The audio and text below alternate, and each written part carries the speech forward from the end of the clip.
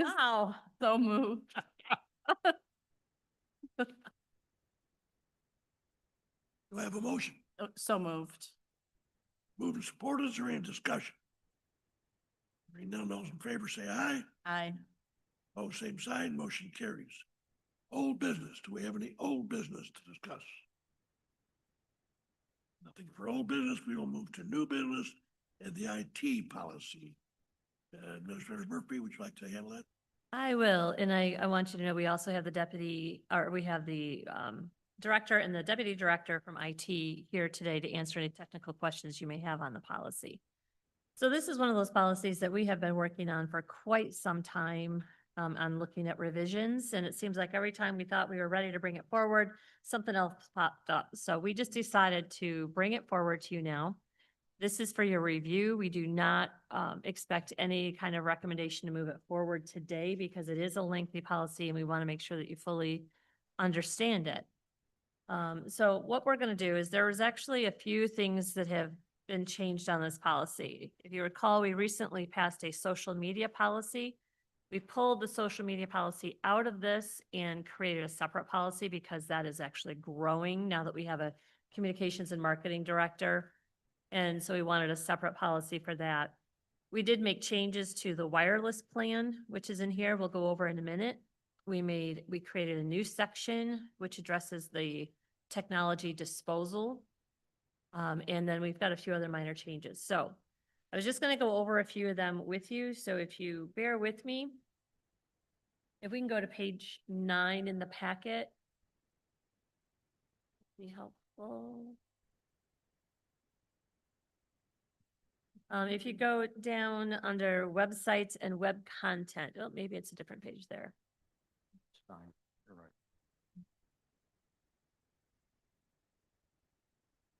Oh, There you go, right there. That's right. Good.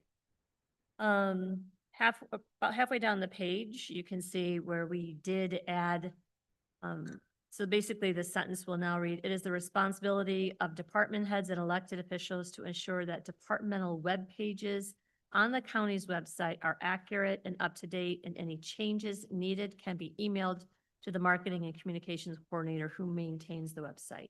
It's really important that the departments are aware of this so that we can keep the website updated. In the past, we had designated individuals from each department to update the website. And in some cases, there are a few that are able to do that, but in most cases, Ms. Ambrose is the one who's keeping the website updated.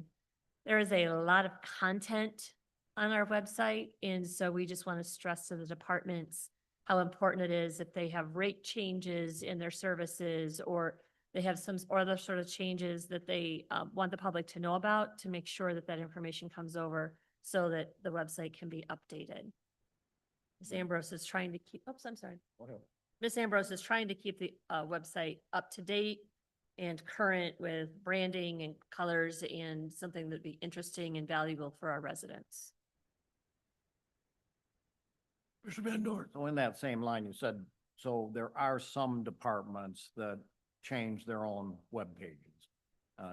It isn't all up to Jennifer, right?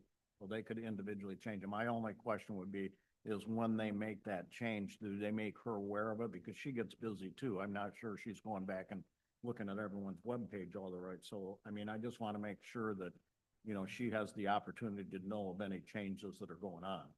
Yeah, her preference is to be the one who updates everything on our website.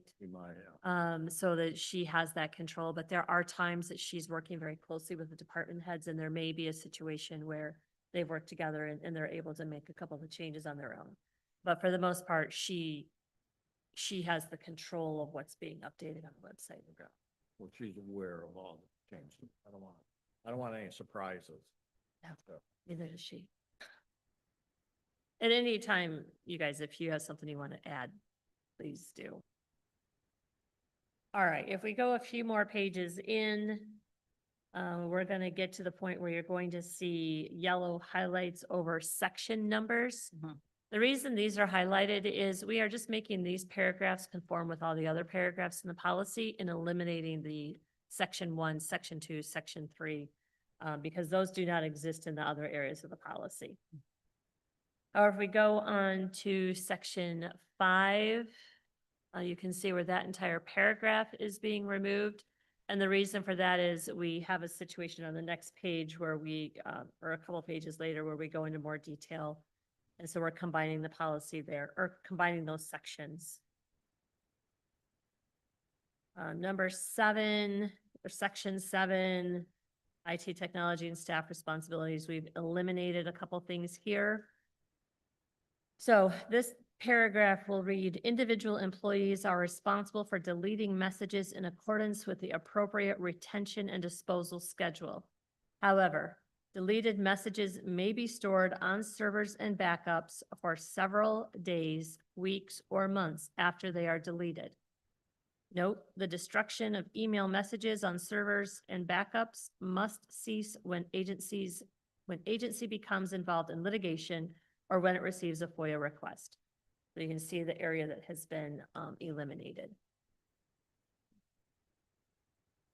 Moving on. Like I said, there's a lot of information here. I know I'm glossing over it. The IT department put a lot of work into reviewing everything to make sure we're current. So if at any time you have any questions about something I'm not highlighting, please feel free to ask. As we move on to the wireless access policy, this is where we kind of move some language. See in the second paragraph, we are adding, I'll just read that paragraph. It starts out, in general, secure wireless is only for county-managed devices to connect to the internal network. Alternatively, Lenawee IT works to maintain a non-internal secure wireless network that can be utilized for devices that are not county-managed. This comes in, sometimes you have a vendor that may come in or need access to county information. We don't necessarily want them to be able to get into behind the firewall, into the detail of what we have and have complete access to our network. If I'm explaining this in a different way, please, Ben. And this allows them to get some of the information they need without having access to all county information. Is that? Yeah, that's correct. And the other reason for us reviewing this and making that change was just so there was no confusion with the word public. The county doesn't currently broadcast wireless for just like open public to connect to, like as if you were at Starbucks or something like that. And we didn't want any confusion with that. It is a secure wireless connection that we have to authorize someone to connect to. Okay. If we scroll down on that page a little bit further, you can see this entire paragraph is being removed. We will pick up some of this information later in the policy. Which, if you turn the page, I think that one just got moved down, yeah. yep, that's where it lands, is under the wireless plans. So I don't know if there's any questions here. I can say the Lenawee County Wireless Communications Policy is to provide coordination of services and limited support for wireless devices used by Lenawee County employees who have a recognized business requirement and have the approval of their department head for the expenses involved. Specific details are covered in that section as follows. Wireless devices purchased with county funds shall be the best fit for the required situation.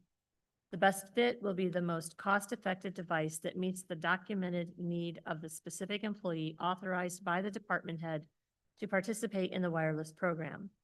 An employee may purchase a more expensive device by prepaying the difference between the best fit option and the device of their choice. Wireless plans will be paid for out of department budgets based on the need determined by department heads. To use county funds responsibly, county-sponsored wireless services are restricted based upon the type of service necessary to meet the individual user's responsibilities. Excuse me, just a minute. If in fact, an employee purchases the Cadillac version, pays the difference between the allocated amount and the Cadillac version, at that employee's termination, who owns the equipment? The device is owned by the employee, but the plan is still the county's plan. So at that point, the previous employee has the ability to have that service disconnected from that device and they can take the device with. Okay.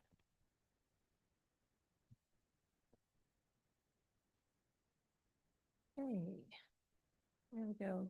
Keep going. To page 20 of the plan, or 20 of the policy.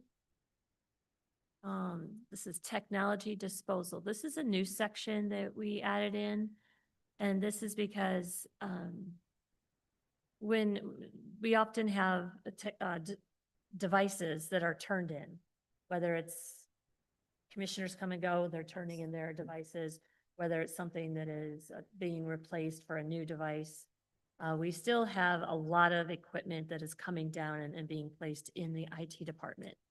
And they have to figure out what to do with it. Sometimes it can be reissued, sometimes it cannot be reissued. And so we thought it would be good to put a technology disposal paragraph in the IT policy. And so this reads, as part of the technology disposal process, Lenawee IT will assess each county-owned device and or software product to determine whether it's still functional and suitable for continued use within the county organization. Items deemed no longer usable will be properly decommissioned and disposed of in accordance with established procedures. To ensure data security, digital storage will be securely destroyed when considered necessary by Lenawee IT. Anything else you want to add to that this time? Unless there's a question. Question, oh, see, So the next page is basically an acknowledgement form. Because we take all of our policies very serious, but this is a very technical policy and includes, sometimes users can have a number of different devices, whether it's a computer, a laptop, a desktop, a phone. There's all different types of devices that we have that are electronic. We wanted to make sure that they all understand, and so there's an acknowledgement here that they have seen and read the policy. This also goes out on local GovU. And then there's a couple pages for definitions. I don't know if you guys have anything else you want to talk about with the policy. It's been a long time coming. The updated policy, I should say, policy has always been here. We've just been tweaking it. No, just can answer any other questions if anybody has them. questions of the experts. I read, Mr. Bendo, I read through it and I thought it was pretty good policy, so I didn't see any problem. yeah, even I understood most of the stuff. Questions? Hearing none. Is there any other business? Excuse me, before I get there, there was an action request. Now, the action request simply asks the members to review the recommended changes to policy. I'm not sure we need a motion to that effect. Would you rather we have one? Well, the reason we said that is because we thought that it might take a minute for the committee to review it, digest the changes, and be comfortable with the policy before it was recommended to the Board of Commissioners. Right. So if we're going to continue on that, so that we would end up bringing it back next month for your actual action and then recommendation. So in that case, there's nothing more that you would need to do. If for some reason you want to move it to the board, then that's a whole separate motion. But at this point, wanted to give you time to review and digest before it went to the full board. So the action request is information. Yes, this is information. Very good. Okay. We are now down to other business. Is there any other business? I'm sorry. Administrator Murphy. Under other business, Yes. I do have something I was curious. I'm thinking about preparing a policy to bring to the board. It's a new one, something we haven't had before. We currently have an educational reimbursement policy, but we do not appear to have a policy on required certifications and what to do if somebody who has a required certification followed by a test, let's say something happens and that day, for whatever reason, something happens and they do not pass that test. Will the county pay for a follow-up test? And so I wanted to kind of bring that to the commission today to talk about, we have some certifications that are actual requirements of a position and can be very technical in nature. And my recommendation would be that we do move forward and allow a opportunity for one retest at the county's expense in order to get that person their certification that's required. However, after that, if they, for some reason, were not able to pass it the second time, then any further opportunities for retesting or taking the class over or anything like that would be on the employee themselves. And if it's a requirement of their position and they're unable to successfully complete the certification, then that's a discussion that they would need to have with their department head to figure out if the position that they're in is the best fit for them or not. So I was kind of curious as to what your thoughts are in bringing a policy like that forward. Any discussion? Mr. Blackwell? I agree that there should be, you know, a retest opportunity, one retest opportunity, as well. And then after that, it would be, exactly as Ms. Murphy had said, on them and whether or not their job would be at risk or not. Well, hearing that, this is going to require specific verbiage and a specific outline as to how we do it. So I would ask the administrator to draft a proposed policy to that effect and bring it back to this board at the earliest opportunity. Any other discussion, debate? Agree. Okay, hearing none. Is there any other business? Mr. Van Dorn? I may have gotten lost here, but whether it's a rules and appointment or policy or procedure on our, voting on issues that are not in the budget that, have something attached to it, having a second reading, where is that in place to start, or is that? That has been approved by the Board of Commissioners with a start date of January 1. Okay, so we did already approve. We it. did already do it in, it went to the full board, and at the full board, it was recommended that it start January 1. Okay, I just forgot. But thanks. Okay. Any other business? Any other business to be brought to this committee? Hearing none, we'll move to public comment, gentlemen. Hearing none, I'll entertain a motion to adjourn. So moved. Moved and supported, is there any discussion? Hearing none, those in favor say aye. Aye. Opposed, same sign.